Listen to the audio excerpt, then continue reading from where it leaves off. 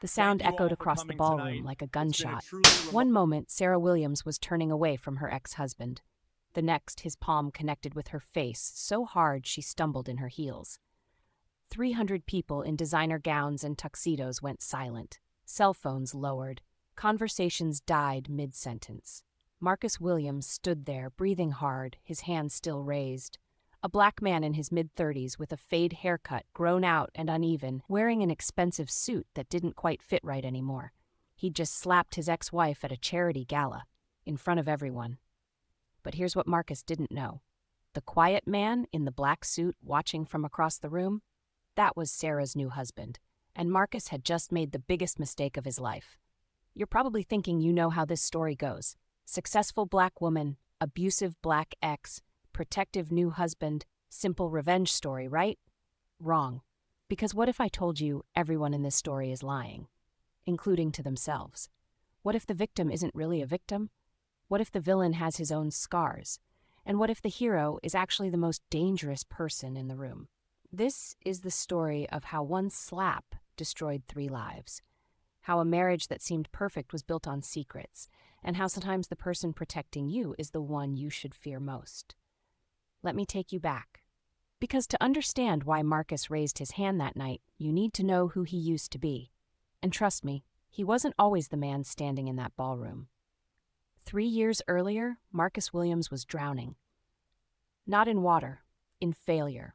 His architecture firm had collapsed 6 months after he'd mortgaged everything to start it. Every pitch rejected, every proposal turned down. Younger firms with cheaper rates were eating his lunch, and Marcus was watching his dream die in real time. He'd grown up in Southside Chicago, son of a postal worker and a teacher. First in his family to get a master's degree, his parents had sacrificed everything to give him opportunities they never had, and he was throwing it all away. He came home late one Tuesday night to their cramped apartment, bills stacked on the kitchen counter. Sarah was at the table with her laptop, working on another gallery business plan. She'd been trying to open an art gallery for 2 years. Every application rejected, every loan denied. Sarah Williams, a black woman with natural hair she'd been growing out for 3 years, usually pulled back in a simple bun when she worked. She had the kind of beauty that didn't need makeup. Warm brown skin, expressive dark eyes, and a smile that could light up a room. When she wasn't exhausted from fighting for her dreams. She looked up when Marcus walked in, hope in her eyes. Sarah spoke first. "How did the investor meeting go?" Marcus didn't answer. He just poured himself a whiskey. His 3rd that week, his 10th that month. Sarah's smile faded. "Marcus?" Marcus downed the drink in one burning gulp. "They went with the other firm." Sarah tried to encourage him. "I'm sorry, but you'll get the next one. You always—" Marcus cut her off. "Stop. Just stop with the cheerleader routine, Sarah. I'm 32 years old and I've failed at everything. Everything." Sarah stood up and walked over to him. She put her hand on his arm. "You haven't failed. You're just—" Marcus pulled away from her touch. "What do you see in me? Seriously, what do you see in a man who can't even provide for his wife?" Sarah's voice was soft but genuine. "I see the man who designed our dream house on napkins at coffee shops. I see my partner. I see the boy who promised his mama he'd make something of himself. You're still that person, Marcus." Marcus poured another drink. "Maybe that's the problem. Maybe I need to stop dreaming and start surviving." And that's exactly what he did. Marcus took a corporate job designing strip malls and parking garages, soul-crushing work that paid the bills. He came home later every night, drank more, smiled less, stopped going to his parents' Sunday dinners because he couldn't face their disappointed looks. And Sarah? She kept trying with her gallery applications, kept filling out forms late into the night while Marcus got drunk on their couch. She was trying to create a space that would showcase black artists, emerging voices that galleries in rich neighborhoods ignored, art that spoke to people who looked like her. One evening, Marcus came home to find Sarah excited, actually excited for the first time in months. Sarah practically jumped up from the table. "I got a space, a small gallery in Koreatown. I know it's not in a black neighborhood, but the rent is affordable and the permits came through. I can finally—" Marcus interrupted her. "How much?" Her smile faltered. "What?" Marcus's voice was ice. "How much did it cost, Sarah?" Sarah explained carefully. I used my savings, the money from my mom's life insurance. Marcus slammed his briefcase down. Your savings? We're drowning in debt and you're playing artist? Sarah's voice rose. This isn't playing. This is our future. Your firm is gone, Marcus. I'm trying to build something for us. Marcus's words came out like poison. With what talent? Your art degree? Your pretty paintings? Wake up, Sarah. Nobody cares about black art unless you're dead or Kahinde Wiley. The room went silent. Sarah stared at him like she'd been slapped, which in a way, she had been. Sarah whispered, I'm trying to help us. Marcus grabbed his keys. Then get a real job. He left. Went to a bar. Came back at 2 a.m. to find Sarah asleep on the couch, her laptop still open to gallery rental contracts. Her natural hair had come loose from its bun, framing her face. She looked peaceful, beautiful, everything he was destroying. And for just a moment, Marcus felt something. Guilt, maybe. Shame. But then he saw the bills on the counter, and the feeling passed. Here's what you need to understand about Marcus. He wasn't evil. Not yet. He was just a black man in America watching his dreams die despite doing everything right, despite the degrees and the hard work and the sacrifices. And when people lose themselves, they grab onto anything to feel in control, even if it means tearing someone else down. The first time Marcus pushed Sarah, it was an accident. At least, that's what he told himself. They were arguing about money again. Sarah had bought supplies for the gallery. Marcus had been drinking. He gestured too hard, his hand connected with her shoulder, and Sarah stumbled into the kitchen counter. They both froze. Marcus started to speak. Sarah held up her hand, her voice shaking but firm. Don't. Just don't. She went to the bedroom and locked the door. Marcus stood in the kitchen, was staring at his hands like they belonged to someone else. His father had never raised a hand to his mother. Never. And here Marcus was, breaking that cycle in the worst way. If you're already hooked, do me a favor. Hit that like button right now, because this story is about to get complicated in ways you won't see coming. And if you love psychological drama that actually makes you think, subscribe. Trust me. You'll want to see what happens next. The second time wasn't an accident. They'd been married for 5 years when Marcus decided he wanted out. Not because he didn't love Sarah, but because every time he looked at her, he saw his own failure reflected back. She was still trying with her gallery, still hopeful, still believing in dreams. And Marcus couldn't stand it. He filed for divorce on a Wednesday morning. Didn't tell her it was coming. Just had his lawyer serve the papers while she was at the gallery space she'd finally opened. Sarah came home that evening holding the documents, her hands shaking. She'd just taken her braids out, and her natural hair was in its shrunken state, making her look younger, vulnerable. Sarah asked, holding up the papers, Marcus, what is this? Marcus didn't look up from his laptop. What does it look like? Sarah's voice was small. You want a divorce? Marcus said flatly. Yeah. Sarah asked, why? Marcus finally looked at her, and later, Sarah would remember this moment, the coldness in his eyes, like he'd already left, and his body just hadn't caught up yet. Marcus said, because you're holding me back, because I need to focus on rebuilding my life, and I can't do that with you dragging me down. Sarah's voice broke. Dragging you down? I've supported you through everything. I believed in you when... Marcus closed his laptop. Well, maybe you shouldn't have. Maybe we both need to stop pretending this is going somewhere. The divorce was vicious. Marcus wanted the apartment, the car, everything. His lawyer argued that Sarah had contributed nothing financially, that her gallery was a hobby, not a business, that Marcus deserved to start over with resources. Sarah's lawyer, a black woman named Michelle who'd seen too many cases like this, fought back hard. But Sarah was exhausted, broken. She signed away almost everything just to make it stop. The final meeting was in Marcus's lawyer's office. Sarah sat across from Marcus, barely recognizing the man she'd married. He looked harder, colder, successful even. He'd landed a big corporate position, new suit, new watch, new life. As Sarah signed the last document, she looked up at him and said quietly, I hope you find what you're looking for. Marcus said nothing. But after she left, he sat in his car for 20 minutes, hands gripping the steering wheel, thinking about his father, about the disappointment in his parents' eyes when he told them about the divorce, about how he'd become exactly what he swore he'd never be. He didn't go after her. pride wouldn't let him. But here's what Marcus didn't know. While he was rebuilding his career by cutting ethical corners and bribing inspectors and stealing designs from smaller firms, Sarah was doing something too. She was learning to live without him. Sarah moved into a studio apartment in a neighborhood that was gentrifying fast, 1/4 the size of the place she'd shared with Marcus. Most of her belongings were gone, sold to pay debts Marcus had left her with. She had her art supplies, a mattress on the floor, and a gallery space in Koreatown that was barely staying afloat. Some nights she sat on the floor of that empty apartment and cried. Not because she missed Marcus, but because she'd wasted 5 years believing in someone who'd never believed in her. Because she'd watched her mother work 3 jobs to give her opportunities, and she'd thrown it away on a man who resented her success. Other nights, she pulled out hospital records from a drawer. 3 visits in 2 years, a fractured rib from falling downstairs, a concussion from walking into a door, a sprained wrist from tripping. All lies, all Marcus. Sarah had never reported it, never even admitted it to herself, because admitting it would mean facing the truth about who she'd married. And as a black woman, she knew what people would say, that she should have known better, that she'd picked wrong, that successful black men were hard to find and she'd lost one. The shame kept her silent, not yet ready to face that truth.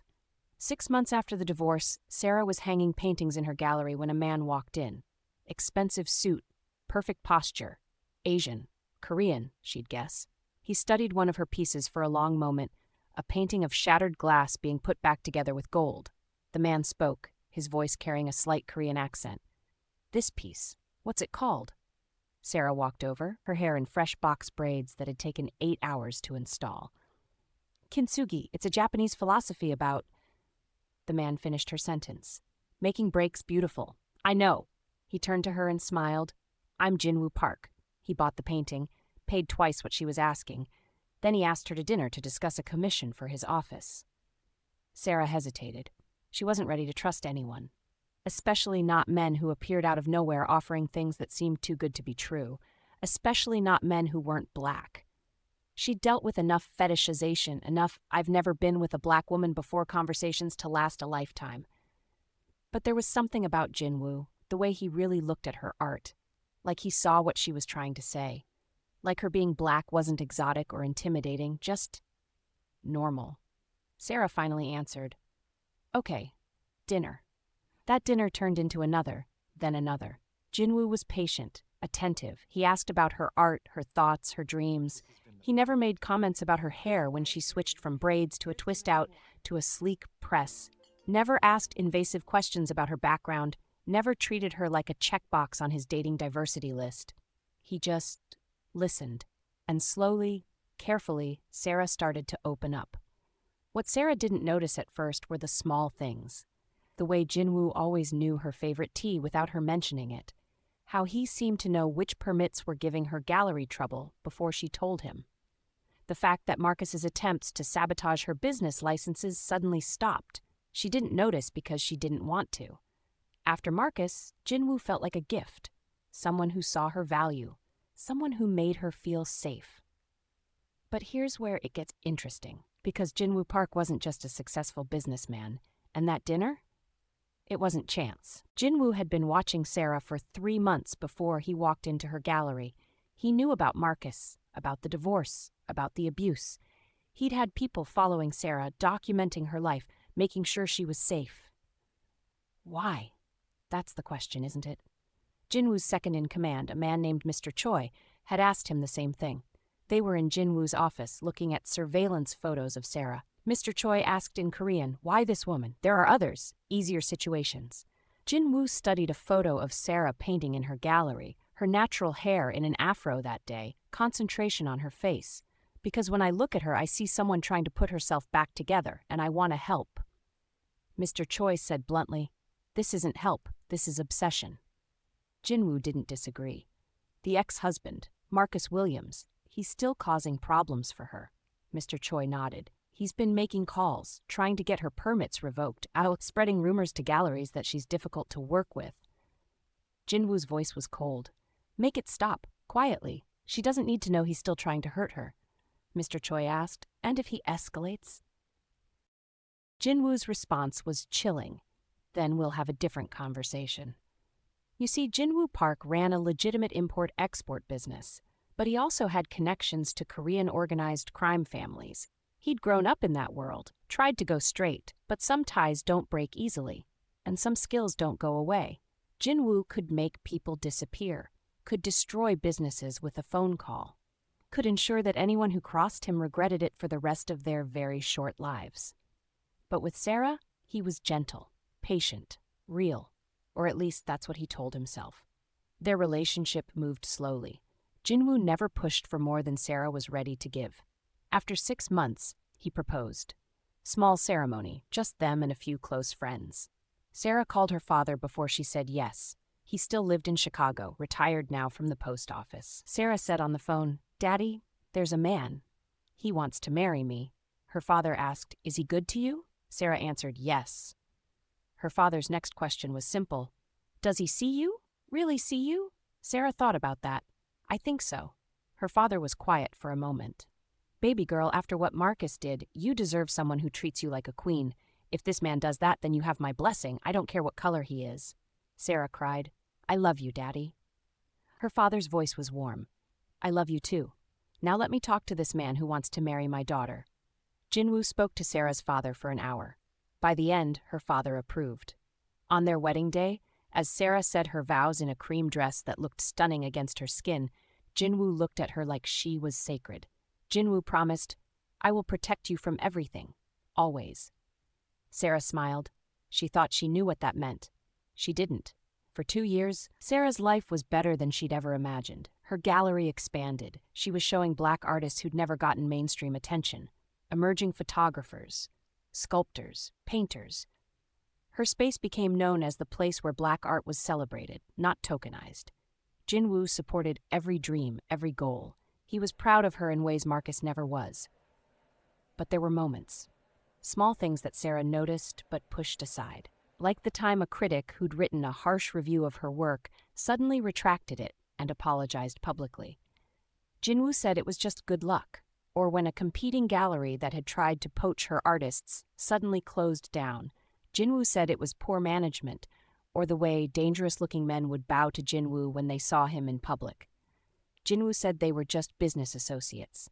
Sarah suspected, but she'd made a choice. Security over uncertainty. Power over vulnerability. And if that made her calculating instead of naive, well, maybe that's what survival looked like for a Black woman who'd been broken once already.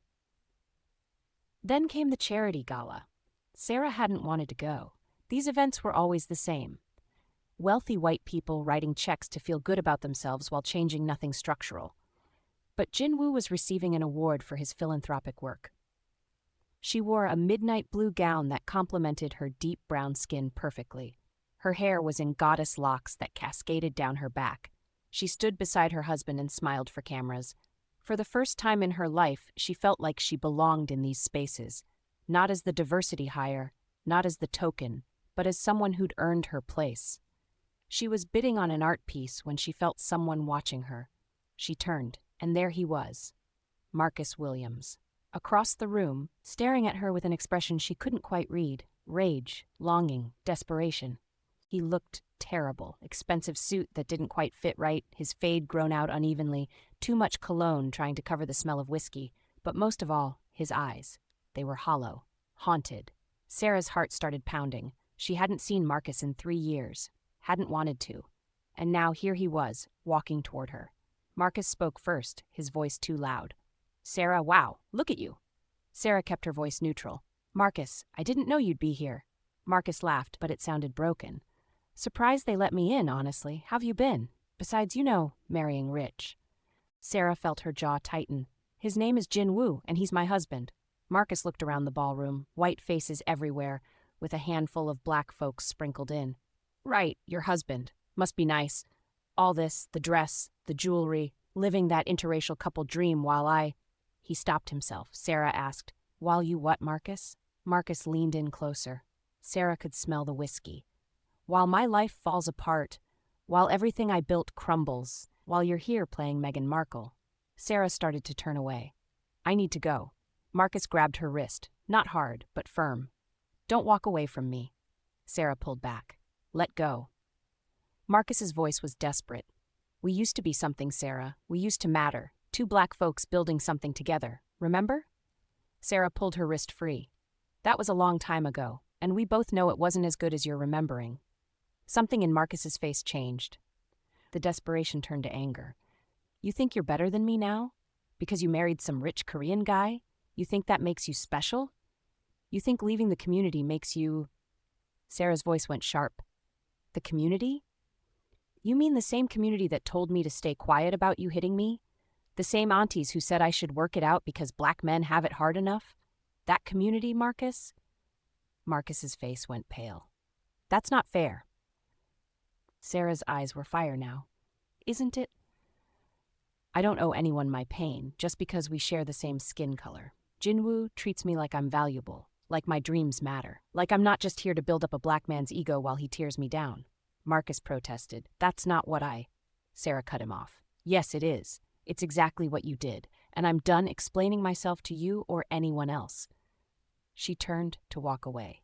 And that's when he did it. The slap came out of nowhere. Marcus's palm connected with Sarah's face hard enough that she stumbled in her heels. The sound echoed across the ballroom. 300 people went silent. Sarah's hand went to her cheek. She stared at Marcus in shock. Not because of the pain, but because in that moment she was back in their apartment. Back to feeling small and scared and helpless. Back to being the black woman everyone expected to be strong, to take it, to forgive. Then a voice cut through the silence.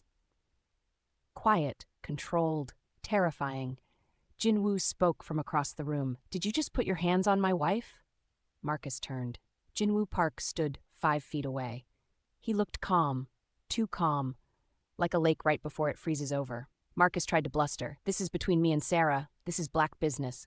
Jin-woo took a step forward. No, this is between you and me now. I don't care what color you are. You hit my wife. Security appeared. 6 men in black suits. They didn't touch Marcus. Didn't need to. Their presence said everything. Jin-woo looked at Sarah. Are you hurt? Sarah shook her head, but her hand was still on her cheek. Still feeling the sting. Still feeling the eyes of everyone in the room on her. The whispers starting. Another black couple's drama playing out for white entertainment. Jin-woo's jaw tightened. He turned to his head of security. Escort Mr. Williams out.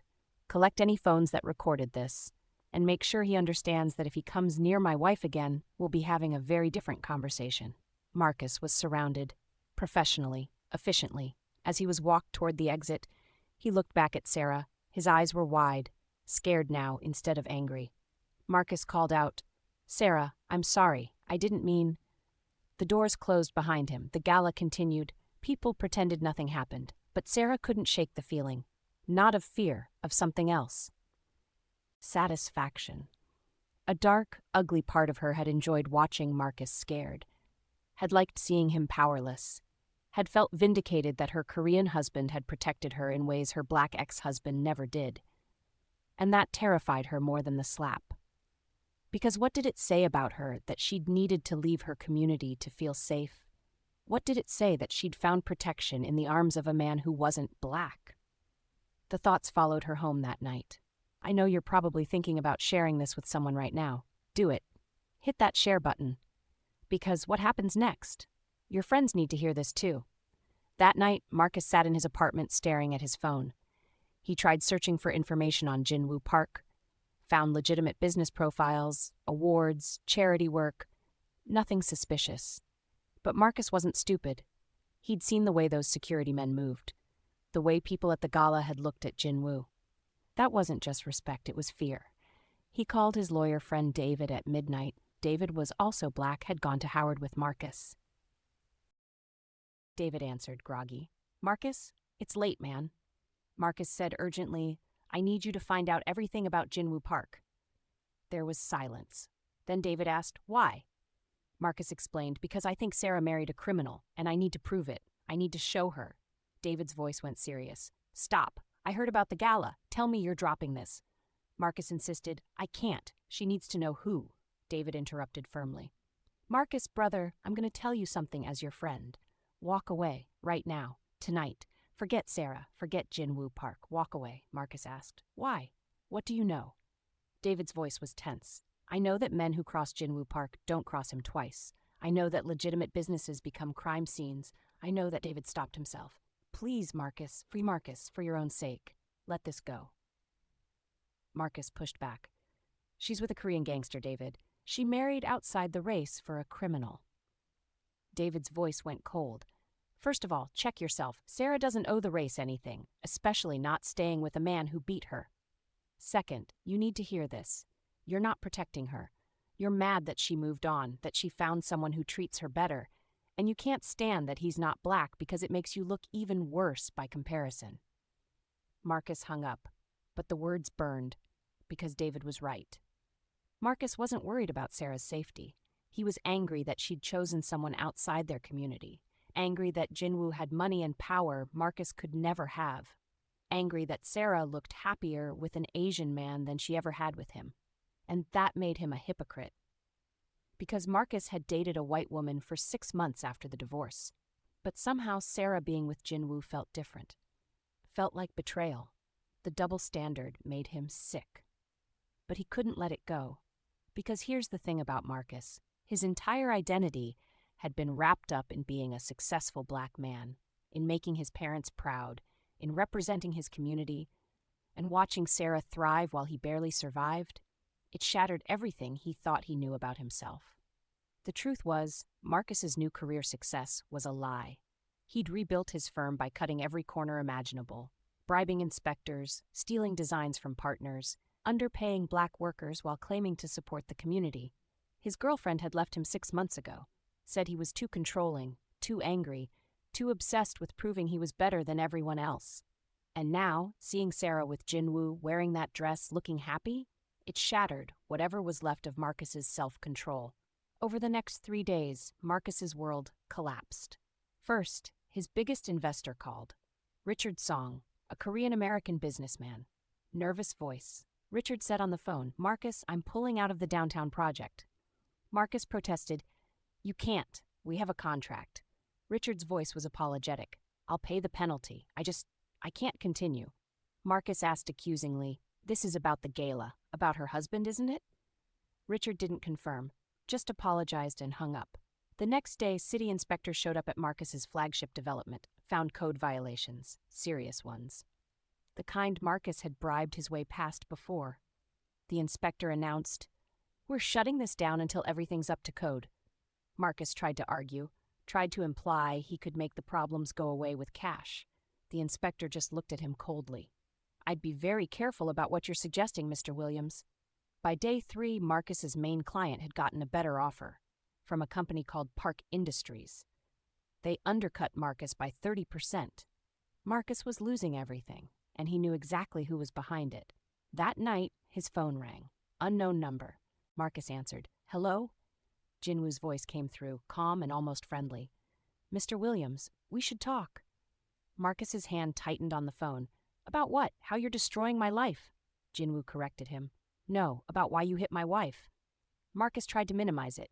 "It was one time. I was drunk. I didn't—" Jin-woo cut him off. "I've seen the hospital records, Marcus. 3 documented visits, a fractured rib, a concussion, a sprained wrist, all from you. So please don't insult my intelligence by calling it one time." Marcus felt ice in his stomach. "What do you want?" Jin-woo's answer was simple. "I want you to disappear. Quietly. Leave the city. Start over somewhere. Sarah will never have to see you again."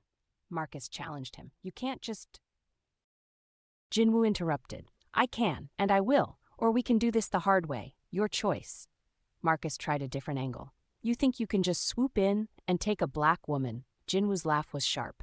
"This has nothing to do with race. This has everything to do with you being an abuser. If you were white, black, Asian, Latino, it wouldn't matter. You hit my wife. That's all I need to know." Marcus wanted to argue, wanted to make it about race. But Jin-woo was right. Marcus had hit Sarah. Everything else was just noise. Marcus asked quietly, "What if I don't leave?" Jin-woo's voice dropped to a whisper. "Then I stop being patient. And trust me, Mr. Williams, you don't want to see me when I'm not being patient." The line went dead. Marcus sat in his apartment, hands shaking. He should have been terrified. Should have packed a bag and left town, but instead he felt rage. Pure, burning rage. Who was Jin-woo Park to threaten him? To take Sarah away? To destroy everything Marcus had built? Marcus opened his laptop. He wasn't going to run. He was going to fight back, even if it destroyed them both. Meanwhile, Sarah was having her own reckoning. She came home from the gala to Jin-woo's penthouse. Expensive. Modern. Perfect. So different from the cramped apartments she'd grown up in on the South Side. Jin-woo was on the phone when she walked in, speaking Korean. His tone was harsh, commanding. He saw her and switched to English, his voice immediately softening. Jin-woo said into the phone, "I'll call you back." He hung up and walked over to her. "Are you okay? Does your face hurt?" Sarah set down her clutch. "I'm fine." She looked at herself in the hallway mirror. Her locks were slightly disheveled. Her makeup smudged. She looked like every stereotype of the angry black woman, and she hated it. Sarah asked directly, "Jin-woo, what are you doing to Marcus?" Jin-woo answered simply, "Protecting you." Sarah pressed him. "By destroying him?" Jin-woo's expression didn't change. "He destroyed himself. I'm simply removing the scaffolding he built his life on. Illegally, I might add. Everything I'm doing is legal." Sarah wasn't satisfied. "That's not an answer." Jin-woo moved to pour himself a drink. "It's the only answer you're getting. Marcus Williams is a man who hits women and bribes officials and steals from his partners. He deserves what's happening to him." Sarah challenged him. "And you get to decide that?" Jin-woo turned to face her. "Yes, because you're my wife, and nobody touches my wife." The way he said it, the possessiveness. For the first time since marrying Jin-woo, Sarah felt a flicker of fear. Sarah said quietly, "I need to know who you really are." Jin-woo studied her for a long moment. Then he walked to his office and returned with a thick folder. He set it on the table between them. Jin-woo instructed, "Sit down." Sarah sat, opened the folder. Inside were photos. Jin-woo with men she recognized from news reports, organized crime figures, money laundering investigations. She flipped through page after page of evidence linking her husband to illegal operations. But then she saw something else. Photos of her. Dozens of them. From before they met. Sarah walking to her gallery. Sarah having coffee. Sarah crying alone in her apartment after the divorce, her hair in a messy afro, pain written across her face. She looked up at Jin-woo, horrified. Sarah asked, "You were watching me? Before we even met?" Jin-woo explained, "I was ensuring you were safe." Sarah's voice rose. "We hadn't even met." Jin-woo's voice was calm, too calm. "I saw you at your gallery opening, the way you looked at your art, like you were trying to put yourself back together. I wanted to help." Sarah was shaking now. "This isn't help. This is stalking. This is—" Jin-woo finished her thought. "Obsession, perhaps. But I've given you a life, Sarah. Safety, success, everything Marcus took from you, I gave back." Sarah's hands trembled as she spoke. "You've made me dependent on you." Jin-woo leaned forward. "I've made you powerful, and yes, maybe I've controlled things. Maybe I've pulled strings you didn't know existed. But look at your life now. Look at what you've achieved." Sarah challenged him. "With your money, your connections, your—" Jin-woo's voice was firm. "Your talent. I gave you resources. You did the work. Don't diminish what you've accomplished just because I helped." Sarah felt tears building. "I don't even know what's real anymore. Did I earn any of this, or did you just buy it for me like some kept woman?" Jin-woo reached across the table and took her hand. "You earned all of it. I just removed the obstacles, starting with Marcus." And there it was. The truth Sarah had been avoiding. Part of her had wanted Marcus to suffer, had married Jin-woo knowing he was powerful enough to protect her, had chosen security over uncertainty, revenge over healing. She'd told herself she was building a new life. But really? She'd just traded one form of control for another. Marcus's control through fear and manipulation. Jin-woo's control through protection and provision. Sarah stood up. "I need air. I need to think." Jin-woo stayed seated. "Take all the time you need. But understand something, Sarah. I love you. Everything I've done has been because I love you." Sarah looked at him. This powerful, dangerous man who'd given her everything. This Korean man who'd protected her in ways her black ex-husband never did. And she hated that the narrative felt so loaded, so complicated. Sarah whispered, "I know. That's what scares me." She went to the bedroom and closed the door. Pulled out her phone, stared at it for a long time, Then she did something she never thought she'd do. She called Marcus. He answered on the first ring. Marcus said, "Sarah?" Sarah spoke carefully. "I want to meet tomorrow, just you and me, no lawyers." "No, him." Marcus asked. "Why?" Sarah explained. "Because we used to love each other, and I think we owe each other an honest conversation." Marcus was quiet. Then he asked, "Where?" Sarah answered, "Cafe Alma, 2 p.m. You remember it?" Marcus said softly, "Yeah, where we used to go after your gallery applications got rejected." Sarah instructed, "Come alone." Marcus agreed, "You too." She hung up and realized she was shaking because Sarah wasn't just meeting Marcus to talk. She had a plan, a wire. Jin-woo's security team would be nearby. She was going to get Marcus to confess everything, the abuse, the corruption, all of it. But there was something else, a darker truth Sarah didn't want to admit. Part of her wanted to look Marcus in the eye and let him see what he'd lost. Wanted him to know that she'd won, that she was powerful now, that a Korean man valued her more than he ever did. It was petty, cruel even, and Sarah hated that she wanted it. The next day, Marcus sat in his apartment preparing for the meeting. He wasn't bringing a weapon, but he was bringing evidence. Photos of Jin-woo's criminal connections, articles about suspicious business dealings. Enough to make Sarah question who she'd married.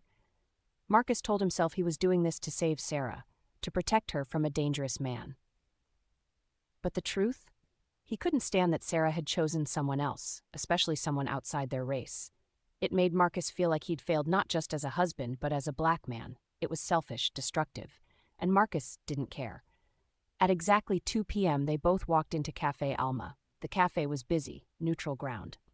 Sarah arrived first, wearing jeans and a simple sweater. Her locks were pulled back in a low ponytail. No designer clothes, no expensive jewelry. Just Sarah. Marcus came in 5 minutes later. He looked worse than at the gala. His fade completely grown out now, hair uncombed, dark circles under his eyes, but sober at least. They sat across from each other. Two black people who'd once promised forever. Love and hate and everything complicated in between. For a long moment, neither spoke. Then Marcus broke the silence. "You look good." Sarah responded simply. "Thank you." Marcus continued, his voice sad. "No, I mean it. You look free." Sarah studied his face, the face she'd once loved. "Do you remember when we used to come here? After my gallery applications got rejected, you'd buy me coffee and tell me it would work out." Marcus smiled. Sad. "I remember. I meant it too. I really believed in you back then." Sarah asked the hard question.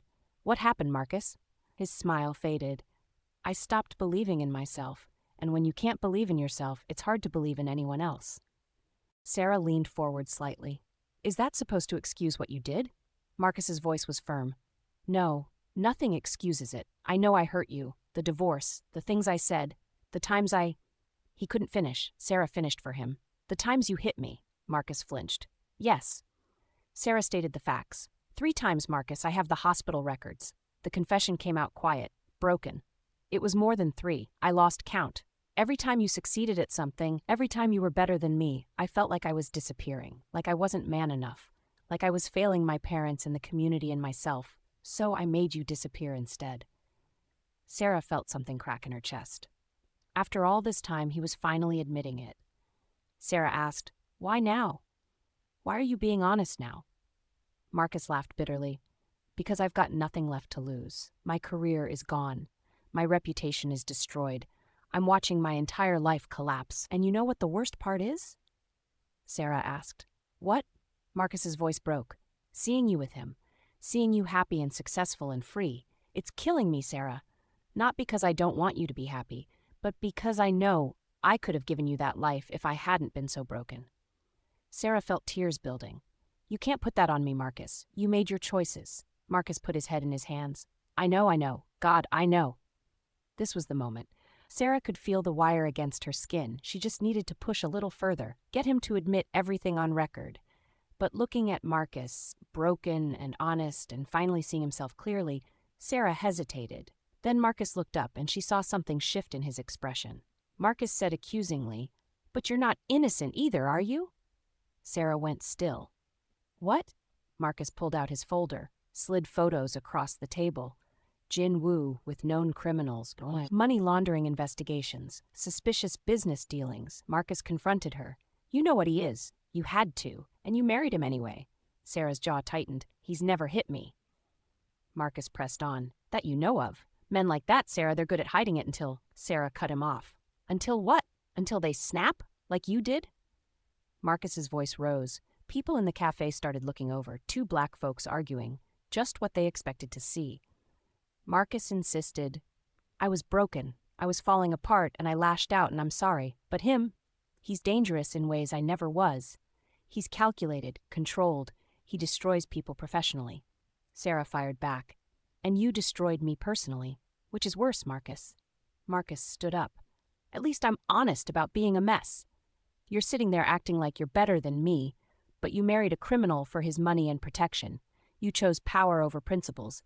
You chose a Korean man over… Sarah's voice was sharp. Over what? Over you? Over staying in the community? Over being the strong black woman who takes her beatings and keeps quiet because that's what we're supposed to do? Marcus protested. I never said that. Sarah's voice carried across the cafe now. The white patrons were definitely watching, probably calling it ghetto, probably shaking their heads. Sarah lowered her voice. You want to know why I married Jin-woo? Not because he's rich, not because he's Korean, but because he sees me as a person, not a symbol. He doesn't need me to uplift him or represent anything. He just loves me. That's it. Marcus accused her. He's using you. Sarah turned it back on him. Like you used me to boost your ego, to have the successful wife you could show off to your parents while you tore me down in private? Marcus stood up. You chose revenge. Admit it. You wanted me to see you thriving with someone better than me, someone richer, and you get bonus points because he's not even black, so it hurts worse. Sarah stood too. Don't you dare. Don't you dare try to make me the villain when you're the one who broke me first. Marcus's voice rose again. I'm not saying I'm innocent. I'm saying you're not either. You used Jin-woo's power to destroy me. You could have just moved on, built your life, but you needed me to lose so you could feel like you won. Sarah's voice shook. You slapped me in public. You humiliated me in front of 300 people. What did you expect would happen? Marcus's voice broke. I expected you to be better than me. I expected you to show me that not everyone becomes a monster when they're hurt. The words hung in the air. Sarah felt tears streaming down her face. She was aware of every eye in the cafe on them. Two angry black people, living up to every stereotype. Sarah whispered, I'm not a monster. Marcus's voice dropped. Then prove it. Tell your husband to back off. Let me fail on my own if that's what's going to happen. But don't use him to destroy me. Don't become what I was. Sarah stared at him, at this broken man who'd once been her husband, who'd hurt her and haunted her and was now begging for mercy. She could do it, could tell Jin-woo to stop, could let Marcus face the consequences of his own actions without her involvement. But a dark part of her didn't want to, because Marcus was right. Part of her needed him to lose so she could feel like she'd won. Sarah whispered, I can't. Marcus asked, can't or won't? Sarah answered honestly, both. Marcus's face crumpled. Then you're right. We both lost. Because you're not the woman I married anymore, and I'm not the man you fell in love with. We destroyed each other. He reached for his jacket. Sarah's hand shot out, grabbing his wrist. Sarah said urgently, wait, but Marcus pulled away roughly, too roughly. His hand connected with her shoulder, and Sarah stumbled backward. It wasn't a hit, not really, just a desperate attempt to pull away. But it was enough. Jin-woo's security materialized from nowhere. 3 men in suits. They had Marcus on the ground in seconds, professional, efficient. One arm twisted behind his back. The white patrons gasped. Someone was already recording on their phone. Another video of black violence for social media. Marcus looked up at Sarah from the floor. His eyes were wide, terrified. Marcus gasped.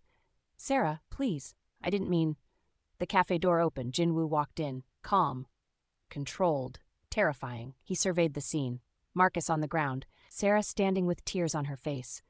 The wire clearly visible now under her sweater. Jin-woo's jaw tightened. He walked over to Marcus. Jin-woo said coldly, I gave you every opportunity to walk away. Marcus tried to speak, but one of the security guards pressed down harder on his arm. Jin-woo looked at Sarah.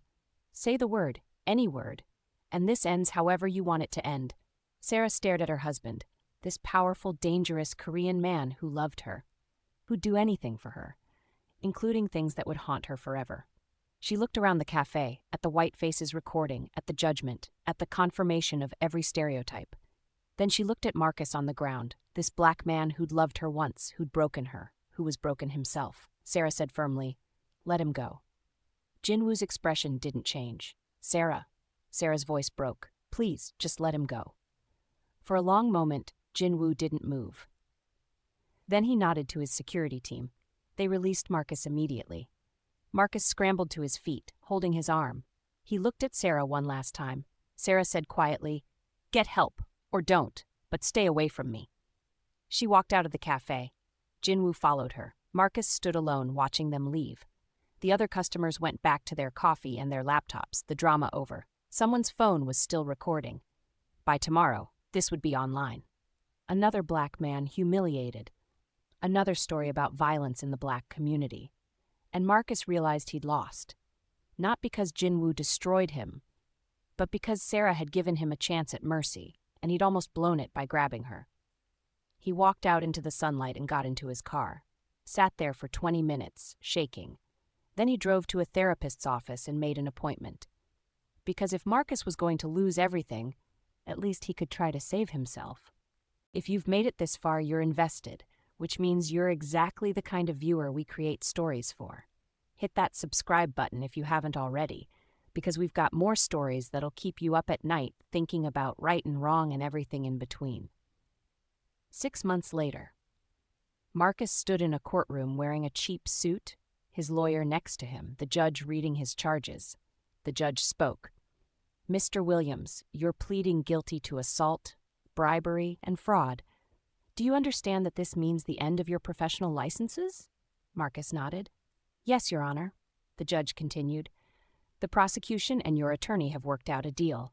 18 months suspended sentence, 5 years probation, mandatory psychiatric treatment and anger management. Do you accept these terms?" Marcus answered, "I do." The judge banged her gavel. "Then this court is adjourned." Marcus walked out of the courthouse into gray afternoon light. His lawyer, a black woman who'd taken his case pro bono, patted his shoulder. The lawyer said encouragingly, "You made the right choice. Treatment will help." Marcus nodded. But he wasn't thinking about treatment. He was thinking about Sarah.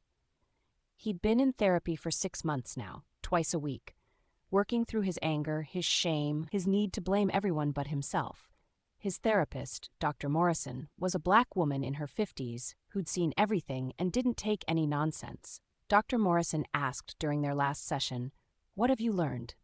Marcus had thought about it. Really thought. That I blamed everyone except myself. Sarah didn't fail me. My career didn't fail me. The community didn't fail me. I failed myself. Dr. Morrison pressed him. "And now," Marcus answered honestly, "now I'm trying to be someone I don't hate when I look in the mirror, someone my parents can be proud of again." It wasn't redemption. Marcus knew that. Redemption would take years, maybe decades, maybe never. But it was a start. Marcus's new life was small. He lived in a studio apartment in a part of town that was mostly Latino now. He worked construction, manual labor, honest work that left him too tired to drink at night. His old friends had stopped calling. His corporate network had evaporated. Everything he'd built his identity on was gone. And strangely, that was okay. Because for the first time in years, Marcus could sleep through the night. No night, no whiskey. No rage burning in his chest. One Saturday afternoon, Marcus was walking to the hardware store when he passed a gallery. Sarah's gallery. She'd expanded. The space was 3 times the size it had been. He stopped, looked through the window. Sarah was inside, talking to clients, laughing. Her locks were gone now, replaced by a short natural afro that framed her face beautifully. Her hand rested on her slightly rounded belly. She was pregnant. Marcus felt his chest tighten. Not with anger, just sadness. Regret for what could have been if he'd been different, if he'd been the man she deserved instead of the man he became. Sarah looked up. Their eyes met through the glass. For a moment, neither moved. Then Sarah touched her belly protectively. A small gesture, but clear. "Stay away." Marcus nodded. He understood. He kept walking. Meanwhile, Sarah's life looked perfect from the outside. Her gallery was thriving. She'd opened a second location. Her focus on black artists had gotten national attention. Museums were calling. Critics were praising. She and Jin-woo had just announced their pregnancy, but inside Sarah was wrestling with questions she couldn't answer. She sat in her therapist's office, yes, she was in therapy too now, and tried to explain. Her therapist, Dr. Patel, was an Indian woman who understood the complexity of interracial relationships and cultural expectations. Dr. Patel asked, "How are things with Jin-woo?" Sarah answered, "Complicated. He's trying to leave his business. The illegal parts, anyway. But it's not that simple." Dr. Patel pressed gently. "Do you feel safe?" Sarah considered. "Physically? Yes. Emotionally? I don't know if I've ever felt emotionally safe with anyone." Dr. Patel asked the deeper question. "Not even yourself?" That hit hard. Because no, Sarah didn't feel safe with herself. She didn't trust her own motives, didn't know if she'd married Jin-woo for love or protection or revenge. Sarah admitted, "I saw Marcus last week, through the gallery window. He looked different, smaller somehow, humbled." Dr. Patel asked, "How did that make you feel?" Sarah's answer was complicated. Sad and relieved and guilty for feeling relieved. Dr. Patel nodded. "You can feel all those things at once. They don't cancel each other out." Sarah whispered, "I wanted him to suffer. After everything he did, I wanted him to lose. Does that make me like him?" Dr. Patel challenged her. "Does wanting someone to face consequences for their actions make you an abuser?" Sarah tried to explain. "No, but I didn't just want consequences. I wanted him destroyed. I used Jin-woo's power to do it. And part of me liked that Jin-woo was Korean. Part of me wanted Marcus to see that a non-black man valued me more than he did." Dr. Patel acknowledged, "And that feels complicated." Sarah's voice cracked. "It feels like betrayal. Like I'm playing into stereotypes about black women abandoning black men. Like I'm—" Dr. Patel interrupted gently. "Like you're what, Sarah? Choosing yourself? Choosing safety over community expectations? That's not betrayal. That's survival." Sarah started crying. "But what if people think I married Jin-woo just for revenge? What if they think I'm one of those black women who—" Dr. Patel cut through the noise. "Who what? Who refuse to accept abuse? Who build successful lives?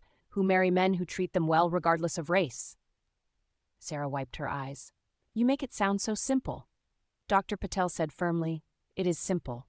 You left an abusive relationship and found someone who treats you better. The fact that he's Korean doesn't negate that. It complicates the narrative, yes, but it doesn't make your choice wrong." That night, Sarah came home to find Jin-woo in his office. He was on the phone, speaking Korean. His tone was harsh, commanding. When he saw her, he switched to English immediately. His voice softened. Jin-woo said into the phone, "I'll call you back." He hung up and smiled. "How was therapy?" Sarah sat down. "Good, exhausting. Was that about the business?" Jin-woo's expression closed off slightly. "Yes," Sarah pressed him. "The legal business or the other business?" Jin-woo asked. "Does it matter?" Sarah's voice was firm. "It does if our child is going to grow up with a father who—" Jin-woo's voice went cold. "Who what? Who protects his family? Who ensures we never have to worry about money or safety?" Sarah challenged him. "Who might end up in prison, or worse?" Jin-woo stood up and walked to the window. "I'm trying, Sarah. I'm trying to transition out. But it's not like quitting a job. These connections, these obligations, they don't just disappear." Sarah insisted. "Then make them disappear." Jin-woo turned to face her. "I'm doing this for you, for our baby." Sarah's voice was unwavering. "Then do it all the way. No half measures. No one last deal. Out. Completely." Jin-woo asked the hard question. "And if I can't?" The question hung in the air. Sarah stood up, walked over to him, took his hands. "Then we'll figure it out together. But I need to know you're trying. Really trying." Jin-woo pulled her close. "I am. I promise." Sarah wanted to believe him, but she'd heard promises before, from Marcus, from herself. 3 months later, Sarah gave birth to a baby girl. They named her Grace. A name that meant favor, gift, second chances. Jin-woo held his daughter with tears streaming down his face. This tiny black and Korean baby, this beautiful blend of two worlds. Jin-woo whispered to Grace, "I will be better for you. I swear it." Sarah watched him from the hospital bed, and she saw it. The love, the fear, the determination to change. Maybe that was enough, or maybe it was just another beautiful lie. 1 year after the slap. Sarah pushed a stroller through the park. Grace was sleeping, tiny fists curled against her chest. Beautiful brown skin with Jin-woo's eyes, hair that would be her own journey to figure out. Jin-woo walked beside them, one hand on Sarah's back. They passed a bench where a man sat alone eating lunch from a paper bag, work boots covered in dust. Marcus. He'd just gotten off his construction shift, still in his work clothes, dirt under his fingernails. Their eyes met. For a moment, time stopped. Marcus looked at Sarah, then at Jin-woo, then at the baby in the stroller. This Black and Korean child who would never know the wars fought before her birth. He nodded, a gesture of acknowledgement, maybe respect, maybe goodbye. Sarah nodded back. No words, just understanding. They kept walking. Marcus watched them go. And for the first time since the divorce, he felt something other than rage or regret. He felt peace, not happiness. He wasn't there yet. Maybe never would be. But peace, the kind that comes from accepting what is instead of fighting what should have been. He finished his lunch, threw away the bag, went back to work.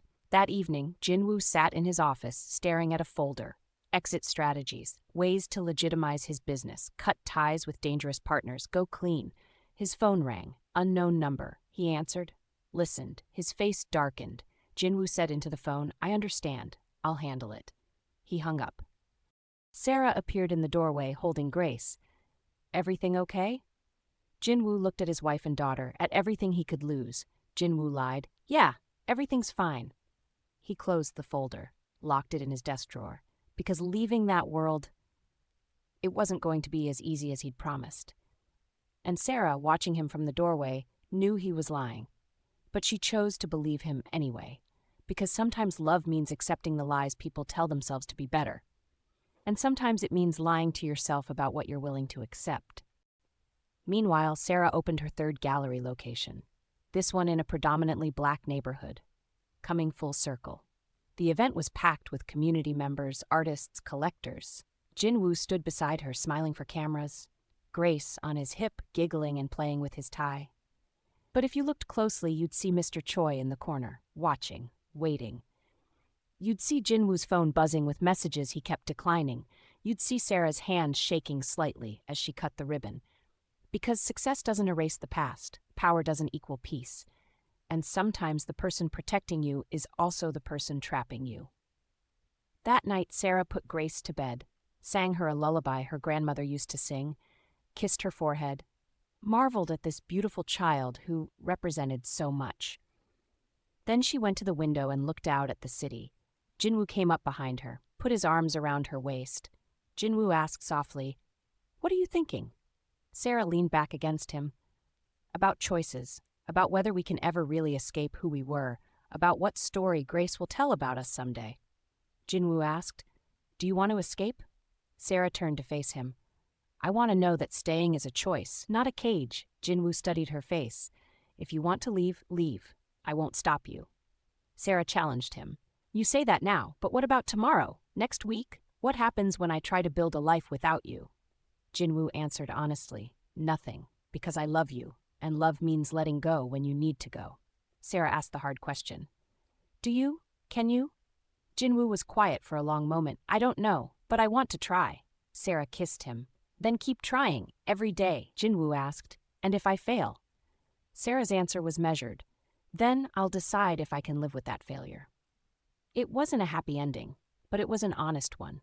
The truth is, people don't change all at once. They change in small moments, small choices, and sometimes they don't change at all. Marcus learned to stop blaming others for his failures, but he'd never fully forgive himself for what he'd done to Sarah. Never stop wondering what kind of man he could have been. Sarah learned to recognize her own capacity for revenge, but she'd never know if she married Jin-woo for love or protection. Never stop questioning if her choices were empowerment or escape.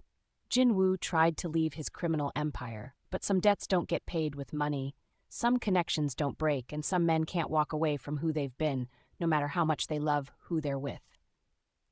And the slap? It wasn't the end of their stories. It was just the moment where all their lies became too heavy to carry. 3 years after that night in the ballroom, all 3 of them were still carrying those lies. Marcus in his small apartment, building furniture and speaking to men about accountability, teaching them what he learned too late. Sarah in her gallery creating beautiful things while wondering if her marriage was built on sand. Raising a biracial daughter in a world that would question her existence. Jin-woo in his office trying to protect his family while the past kept calling him back, trying to be a better man than his father, than the world expected him to be. Were any of them happy? That's the wrong question. The right question is, were any of them free? And the answer, not yet. Maybe not ever. But they were trying. And sometimes trying is all you get. The most dangerous person isn't the one who breaks you. It's the one who makes you forget you are already broken. So what's the lesson here? Maybe it's that there are no heroes and villains, just broken people trying to feel whole, just scared people trying to feel safe, just lonely people trying to feel loved. Maybe it's that revenge doesn't heal you, power doesn't free you, and sometimes the person saving you is just trapping you in a different cage. Or maybe it's simpler than that. Maybe the lesson is that we're all one bad moment away from becoming someone we don't recognize. Marcus learned that when he raised his hand in that ballroom. Sarah learned that when she married for power and called it love. Jin-woo learned that when he fell in love and called it protection. And you, what did you learn? That's up to you to decide. Because this story doesn't have a moral. It doesn't tie up neatly with a bow. It just is. Like life, messy, complicated, morally gray. 3 people, 1 slap, and 1,000 choices that led them there. Some good, some bad. Most somewhere in between. And in the end, they're all still trying to figure out if they're the hero, the villain, or something else entirely. The answer? They're human. Which might be the most terrifying thing of all.